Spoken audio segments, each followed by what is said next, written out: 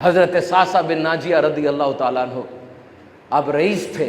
ایک دفعہ نبی پاک صلی اللہ علیہ وسلم کی بارگاہ میں آئے، عرض کی یا رسول اللہ صلی اللہ علیہ وسلم مجھے یہ بتائیے دور جہالیت میں جو ہم نے نیکیاں کی، اچھے کام کیے، کیا ان کا ابھی بھی کوئی صلہ کوئی ریوارڈ ملے گا؟ میرے آقا علیہ الصلوۃ والسلام نے ارشاد فرمایا بتا تو صحیح تو نے کیا کیا؟ کہا ایک دن میرے 2 اونٹ گم گئے، میں تیسرے اونٹ پر بیٹھ کے ان دونوں کو تلاش کرنے گیا، کیا دیکھا ایک جگہ وہ دونوں اونٹ چر رہے ہیں اور ایک بابا جی بیٹھے ہوئے ہیں حفاظت کر رہے ہیں. میں نے کہا اونٹ میرے ہیں دونوں. کہا اچھا اگر تیرے ہیں تو تو لے لے. بیٹھ گئے، اتنی دیر میں پانی بھی آ گیا، کھجوریں بھی آ گئی. بچے کے رونے کی آواز آئی. بابے جی نے پوچھا کیا کون آیا ہے؟ بیٹی ہے کہ بیٹا ہے؟ کہتے میں نے پوچھا بابا جی اگر بیٹی ہوئی تو کیا کریں گے؟ کہا اگر بیٹا ہوا تو قبیلے میں نام اونچا کرے گا، اور اگر بیٹی ہوئی تو ابھی دفن کر دوں گا. کیوں میں اپنے داماد کے آگے اپنا سر نیچا نہیں کر سکتا؟ کہا پوچھیں کیا ہے؟ پوچھا. کہا بیٹی پیدا ہوئی ہے. کہا واقعی دفن کر دیں گے؟ کہا میں دفن کر دوں گا.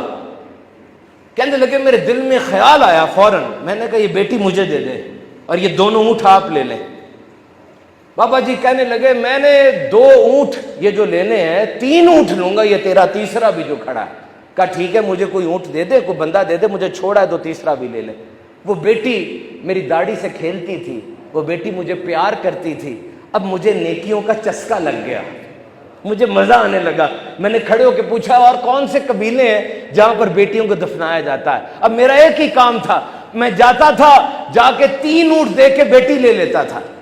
اور آج میری حویلی میں 360 بیٹیاں موجود ہیں. بتائیں اس کا کوئی ریوارڈ ہوگا؟ میرے آقا رحمت للعالمین، آپ کی آنکھوں سے آنسو بہ رہے، آپ نے اٹھ کے اس کے ماتھے پر بوسہ دیا، قربان اس ماتھے پر جہاں میرے آقا کے لبائے مبارک لگے.